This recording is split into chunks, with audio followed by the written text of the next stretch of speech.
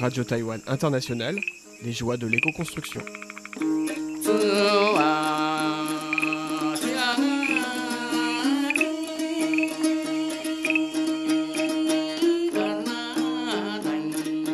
Bonjour à toutes et à tous, c'est Sasa qui vous accueille dans les joies de l'éco-construction.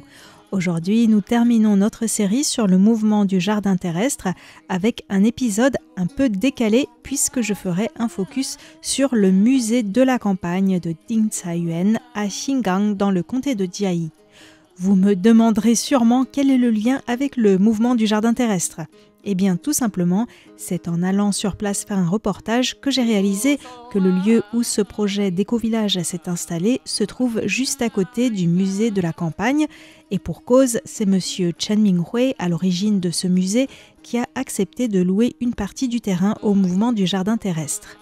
Et quand j'ai visité ce musée, je me suis dit « Waouh, comment se fait-il que je n'en avais jamais entendu parler ?» Ce musée, au milieu de rizières, à quelques minutes seulement en taxi depuis la gare TGV de Jiayi, mériterait d'être davantage connu. On y plonge dans une atmosphère rétro et rurale. Je dois préciser toutefois qu'à l'heure où je vous parle, c'est vraiment triste car ce musée a été durement touché par les inondations la semaine dernière. Il y avait de l'eau jusqu'aux genoux. Mais j'espère vraiment que M. Chen et les gens de la communauté à Xingang s'entraideront pour permettre la réouverture au grand public.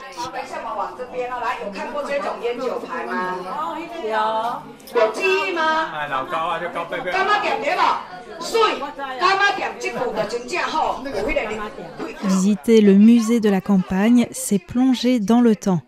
En déambulant dans les allées, on peut tout à fait s'imaginer dans la campagne taïwanaise des années 1950. On peut entrer dans un gamadiam, un petit commerce de proximité traditionnel.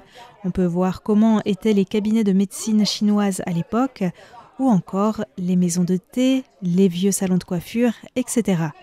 On y trouve aussi des vélos ou des étals de vendeurs ambulants, des machines pour fabriquer de la corde à partir de paille, des landaux en bambou, etc. Mais le musée ne donnerait pas une image complète de la campagne sans son buffle et sa vache. Pour nous, une vache, rien de spécial. Mais à Taïwan, c'est aujourd'hui très rare. On n'en voit plus dans les rizières depuis belle lurette et il n'y a pas ici de vaches qui paissent dans les prés. Autrefois, pourtant, les bovins étaient si importants pour la riziculture qu'ils étaient devenus les amis des paysans et certains Taïwanais ne mangeaient pas de viande de bœuf pour cette raison. Bref, j'étais prise d'un accès de nostalgie pour un passé que je n'ai jamais connu, mais que j'aurais aimé connaître. On se croirait presque dans un film. J'opterais pour Retour vers le futur, et oui, parce que ce musée ne parle pas que du passé. Quand M. Chen l'a fondé, il pensait aussi et surtout au futur. Le plus impressionnant, c'est de savoir que ce projet de musée a été entièrement porté par M. Chen.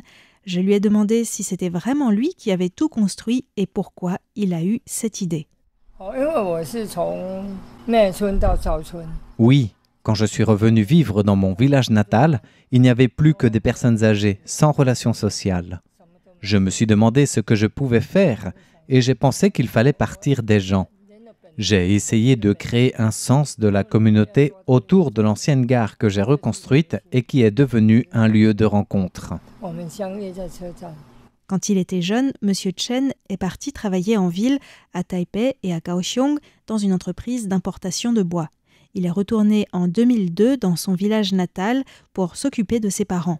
C'est à ce moment-là qu'il a eu le déclic, en voyant tant de maisons abandonnées et délabrées. Au début, tout le monde l'a pris pour un illuminé, mais il a persévéré et de plus en plus de personnes l'ont soutenu, devenant des bénévoles dévoués. Je crois qu'un jour, le train va revenir, confie-t-il.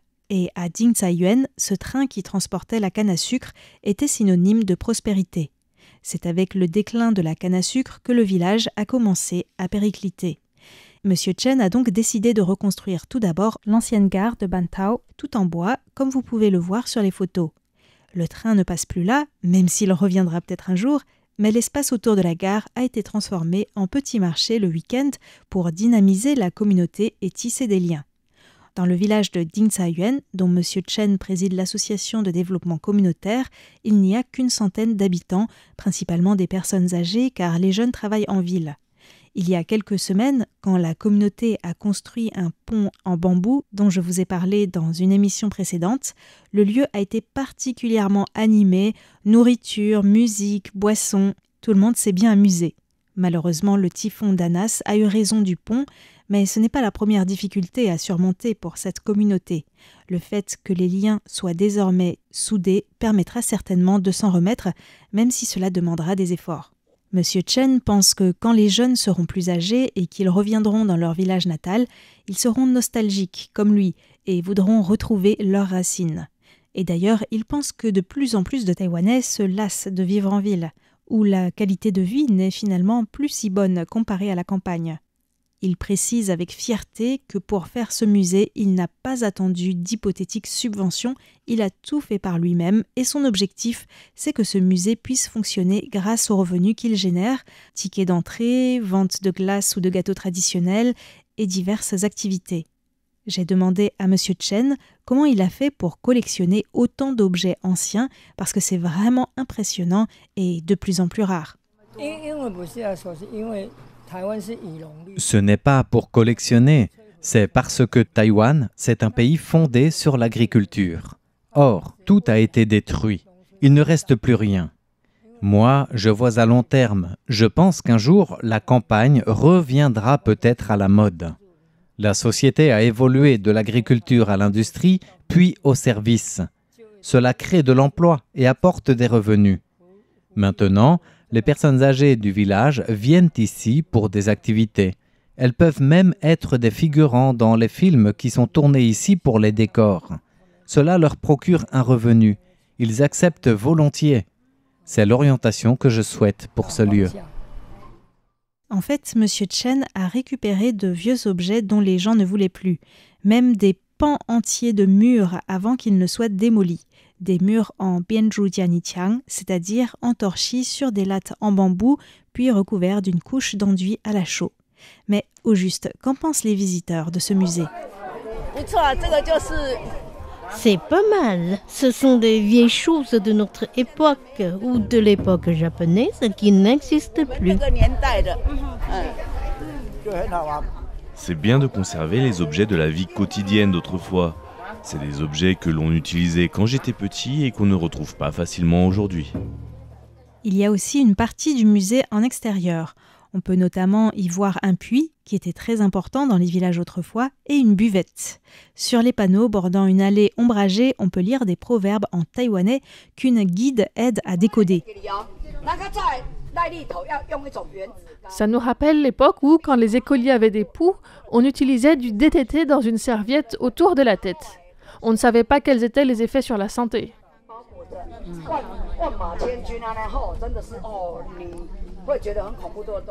J'ai la peau noire, je traverse les vallées pour m'accoupler avec les femelles, c'est comme ça que je gagne ma vie. Je suis le Vera.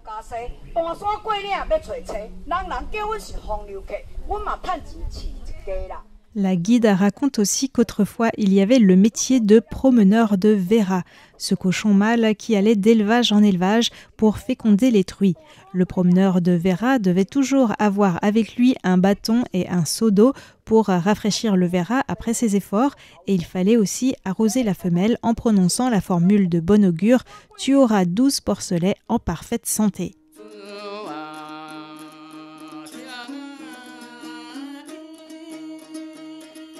Autre découverte à quelques pas de ce musée, un autre musée, celui de Bantao Yao, le four à céramique de Bantao. C'est le paradis des enfants.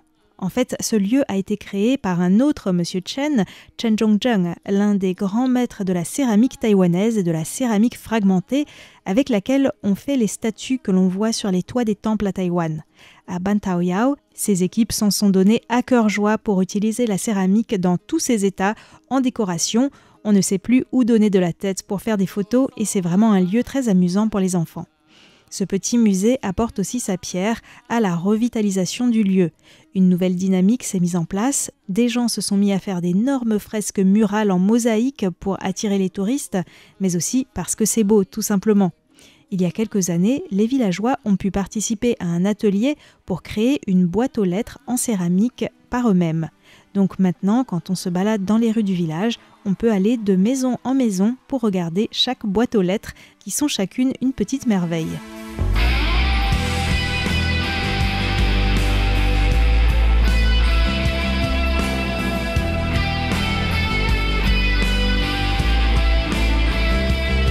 Je vous invite bien sûr à aller sur la page de cette émission sur le site internet de RTI pour regarder les photos du musée de la campagne et celui de Bantaoyao. C'est grâce à ces deux endroits portés par deux Monsieur Chen passionnés que le village est redevenu un véritable lieu de vie et de socialisation. Et le rêve de Monsieur Cheng Minghui est sur le point de se réaliser puisque finalement la campagne commence à redevenir à la mode, comme le montre l'installation du mouvement du jardin terrestre juste à quelques pas de là. Ce sont maintenant les jeunes qui reprennent le flambeau et transmettront à leur tour aux générations futures.